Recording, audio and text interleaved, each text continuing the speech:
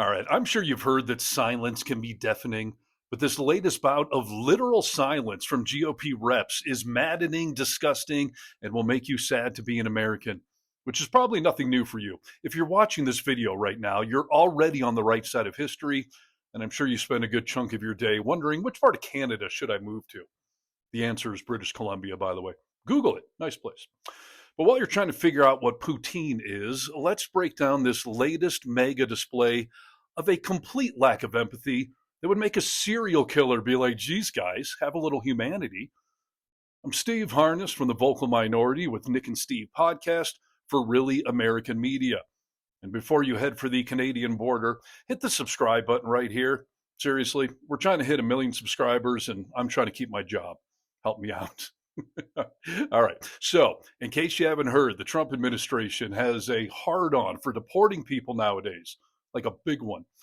Human rights, who cares? Due process, be damned.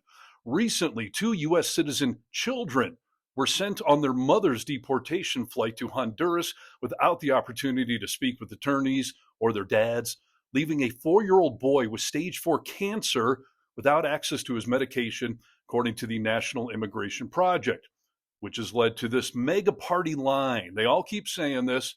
This time we'll let Marco Rubio act it out.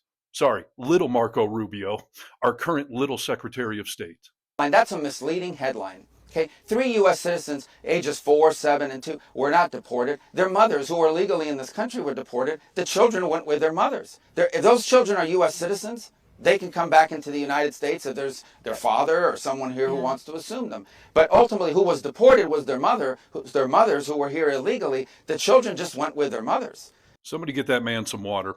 That all sounds reasonable, but here's the problem with it. Legal teams that were able to reach that mother after the deportation said that she expressed being given no choice and that she was told her child had to go with her. And the father here in America tried to file a habeas corpus petition, but ICE deported the kid before that could happen, thus denying that father the right to due process, something we're all entitled to here in America.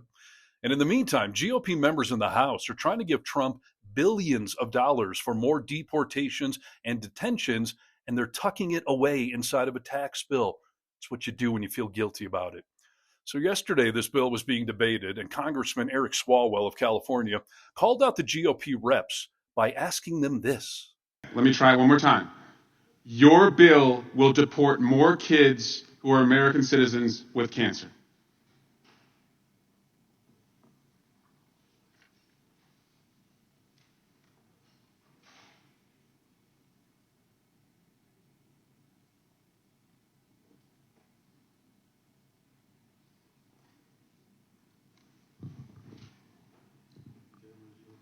I don't think they want to answer that. The silence is deafening. And he's right, by the way. That silence is deafening. And what an admission of guilt. Mega reps like Jim Jordan usually don't miss a chance to break out his mega knee pads, get down on all fours, and verbally suck off the mega base until they pop a load of bigotry all over our collective faces. Sorry, now that I said that out loud, I have to apologize for the visual that I assume is now stuck in your brain. Let's move on. Back to the point. Apparently, deporting kids with cancer while denying them due process is pretty hard to defend, which makes sense. So then Dan Goldman, a Democratic congressman from New York State, chimed in to see if he could make this a little easier for the mega stooges to acknowledge how screwed up this is without having them, use their big boy words. Let's do it a different way. How about this?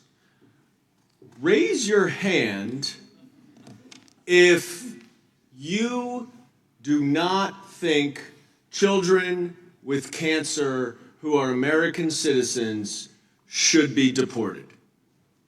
You do nothing. Looks like it's all the Democrats and none of the Republicans. And that about sums it up. Not one single mega rep had the balls to raise their hand and say, it's not okay to deport kids with cancer while denying them any sort of due process. Keep this in mind. Fun fact, Melania Trump became a U.S. citizen in July of 2006, but Barron Trump was born in March of 2006. Do you think Donald Trump would have been okay with it if Melania had been deported along with Barron with no due process and no chance for Donnie to exert his rights as the dad? Raise your hand if you think the orange Cheeto would have gone along with that. Anybody? Anybody think that? Anybody? Bueller. Yeah, exactly. And just a reminder, we have 3 equal branches of government. And since the legislative branch is getting cuckolded by the executive branch, I'm glad the judicial branch continues to raise their hands and say that we still have the rule of law and that thing called due process. It's all part of the game here in the court system, which brings us to some actual good news that just came out today. We're back with breaking news. A Trump-appointed federal judge in Texas ruled that the president unlawfully invoked the Alien Enemies Act and blocked the administration from quickly deporting some alleged gang members. And that right there is very significant. It's the first formal permanent injunction against the administration using the AEE Act, and it contends that the president is, misusing the law. And just for the record, that judge, Fernando Rodriguez Jr., was appointed by, wait for it, Donald Trump. So it's not some hippy-dippy lefty liberal judge. And we applaud him for raising his hand and giving Trump the middle finger. Legally speaking, obviously. Like, comment, share this everywhere. Get vocal. I'm Steve Harness from the Vocal Minority Podcast for Really American Media.